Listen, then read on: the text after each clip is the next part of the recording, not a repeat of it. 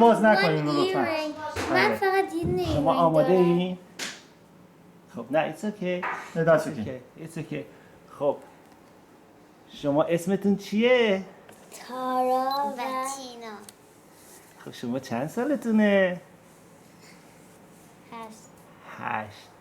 آفرین. خب چی میخوای برامون بخونی؟ گنجشگاهی خونه کی خونده اینو؟ گوگوس جان.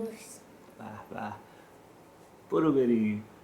ای چراغ هر بهانه از تو روشن، از تو روشن، ای که حرفای قشنگت منو آستی داده با منو گنجشگاه خونه، دیدنت عادتمونه، به هوای دیدن تو پر میگیریم از تو نه، باز میای که مثل هر روز برامون دونه بپاشی، منو گنجشگاه میمیری تو اگه خونه نباشی، همیشه اسم تو بوده اول و آخر حرفام، بس که اسم تو رو خوندم بوی تو داره نفسام، از چه حرفای قشنگت حتی یک شهر شقایق،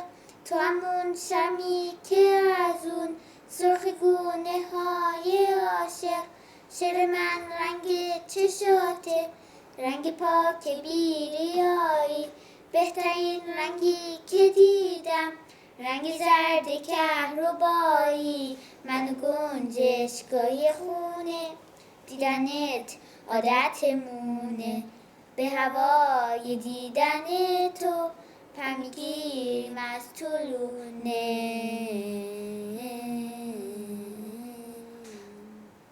مرسی. تینا تارا اقدم 8 ساله هستن و در مونترال کانادا زندگی میکنن، تا به حال هم ایران نرفتن.